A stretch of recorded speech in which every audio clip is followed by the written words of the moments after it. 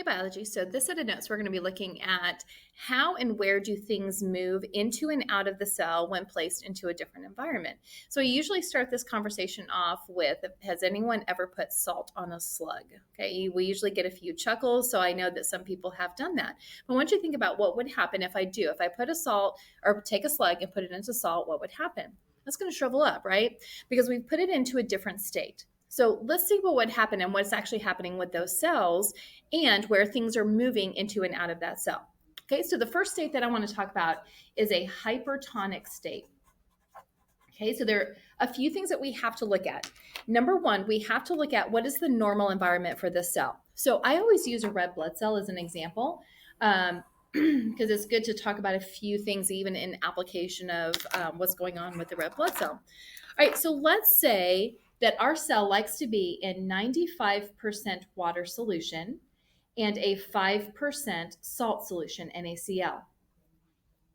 If I take that cell and I put it into a hypertonic state, let's look at the word hyper. Okay, so if I look at hyper, hyper means above or increasing. Okay, so what we want to do is we want to put it into an increasing solute solution or a higher solute solution. So this definition is based on the solute.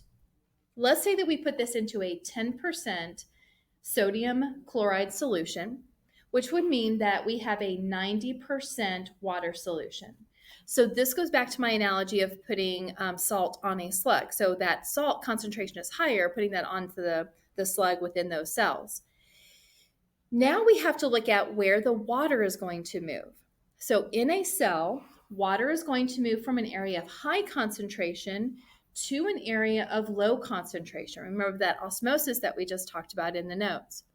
So since we have 95% water, water is going to move out of the cell because it's moving from that high concentration to low.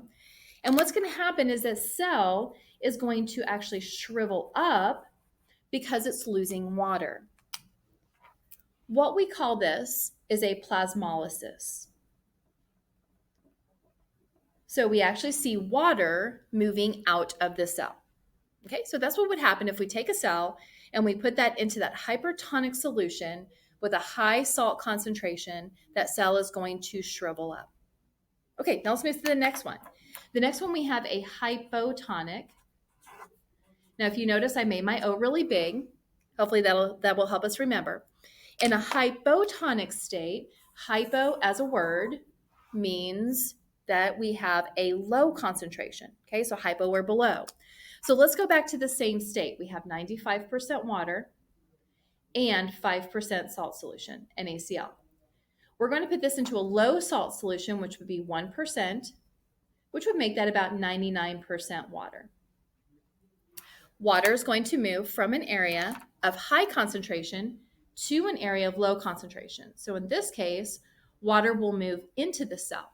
And since water is moving into the cell, we are going to see that cell get larger. Okay. Now, for a red blood cell, we refer to this as a hemolysis. So that water moves in and that cell will burst. Okay. We also call this, let's just stick with that for the red blood cell. So we have a hemolysis. Okay. Now we leave it down to our boring one. We have an isotonic. If I look at the word iso means equal. So this is kind of our homeostasis here. So if I have my cell that likes to be in the 95% water, 5% salt solution, I'm going to put it into a 95% water and 5% salt solution. All right, so since things are equal, we'll have a little bit of movement in, but we also have a little bit of movement out. Okay, so as the name lends itself with iso, everything is going to be equal, where this cell is going to be in homeostasis. Okay, so that hopefully provides a good overview of hypertonic, hypotonic, and isotonic.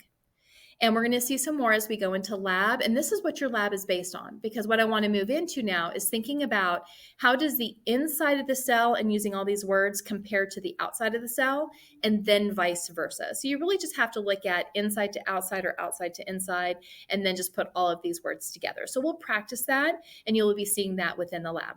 Okay, and let me know if you have any questions.